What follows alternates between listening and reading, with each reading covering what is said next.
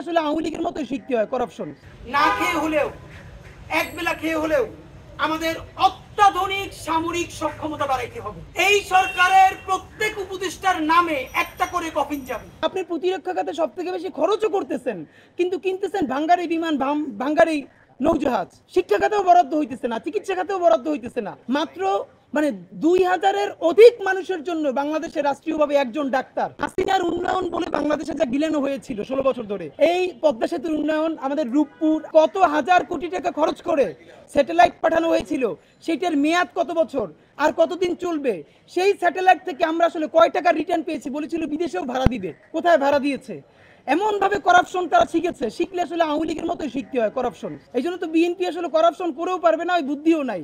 এর চেয়ে তার হেদায়েতের পথে থাকাই ভালো। আওয়ামী লীগ এমন করাপশন করছে, পয়সাপাতি পাঠাই দিচ্ছে চাঁদের দেশে। এখন আপনি এটা তদন্ত করতে তো চাঁদের দেশে আর একটা কমিটি পাঠানো লাগবে, যাইতেও পারবে না, তো দুর্নীতি ধরতেও পারবে না। দুর্নীতিরে এটার স্মার্টনেসের সর্বোচ্চ পর্যায়ে পাঠাই দিচ্ছে। গত 16 বছরে প্রতিরক্ষা বিমান কয়টা কেনা হয়েছে এবং কোন মডেলের কেনা হয়েছে, কোন দেশ থেকে কেনা হয়েছে? হাসিনা যে বাংলাদেশের প্রতিরক্ষা ব্যবস্থা ভারতের কাছে বর্গা দিয়েছিল, তার বিনিময়ে সে এখানে ক্ষমতায় টিকেছিল।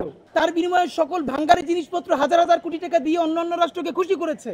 আপনি যাই কিনবেন, আপনারে হামলা করলে করবে ভারত, আপনি ন্যূনতম তার বিরুদ্ধে একটা প্রতিরক্ষা করে তুলবেন, সেইটাও কোন বিমান দিয়ে গড়ে তুলবেন সেটাও ভারত বলে দিবে।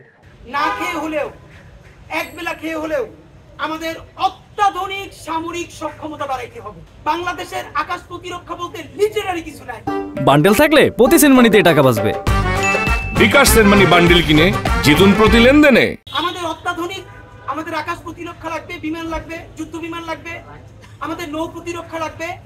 যদি আপনারা কোনো করাপশন ছাড়া, দুর্নীতি ছাড়া প্রমাণ করতে পারেন, মানুষকে বুঝাইতে পারেন যে আমরা এখন সব থেকে বড় যুদ্ধ বিমানগুলো কিনবো, কিন্তু 1 টাকাও দুর্নীতি করব না, আমরা বলতেছি বাংলাদেশের স্বাধীনতা, সার্বভৌমত্ব এবং এর জমিনকে বাঁচানোর জন্য আমরা যখন জীবনী দিয়ে দিতে চাই, তখন একবেলা না খাইয়া হইলেও আমরা আমাদের সামরিক খাতকে বিশ্বের শ্রেষ্ঠ সামরিক খাতের একটা বানাইতে চাই। বিএনপিও বলে 31 তারিখের মধ্যে জুলাই সনদ লাগবে। জামাত তাদের প্রোগ্রামে 7 দফার মধ্যে একটা দফাই রেখেছে, জুলাই সনদ লাগবে। এনসিপি তো 3 তারিখ নিজেরা ঘোষণাই করতে চায়। সরকারের আলী রিয়াজ সাহেবও বলে যে জুলাই সনদ 31 তারিখের মধ্যে দিতে চাই। বিএনপি চায়, জামাত চায়, এনসিপি চায়, সরকার চায়, তাহলে জুলাই সনদটা আসতেছে না কেন? সময় আজকে হলো 23 তারিখ, 31 তারিখ পর্যন্ত সময়।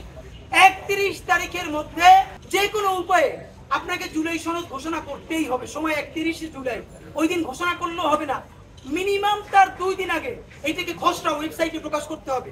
31 জুলাইয়ের মধ্যে জুলাই সনদ ঘোষণা করতে হবে। যদি না পারেন, শাহবাগ থেকে দুপুর 12টায় সচিবালয়ের সর্বাত্মক ঘেরাওয়ের উদ্দেশ্যে আমরা কফিন মার্চ ঘোষণা করেছি। এই কফিন মার্চে বাংলাদেশের অগণিত শহীদ পরিবারের বাবা মা থাকবে। এই সরকারের প্রত্যেক উপদেষ্টার নামে একটা করে কফিন যাবে। যেই উপদেষ্টার জন্য যেই কফিন বরাদ্দ থাকবে, সেইটার সামনে তার ছবি থাকবে। বিএনপি, জামাত ইসলামী, এনসিপি, আপনারা এইটা নিয়ে চাইলেও আপনারা পর্যাপ্ত প্রেসার তৈরি করতে পারেন নাই। এই রাজনৈতিক দায় আপনাদেরকে নিতে হবে এবং এই 3টা রাজনৈতিক দলের সম্মানে তাদের জন্য একটা কফিন ওখানে থাকবে।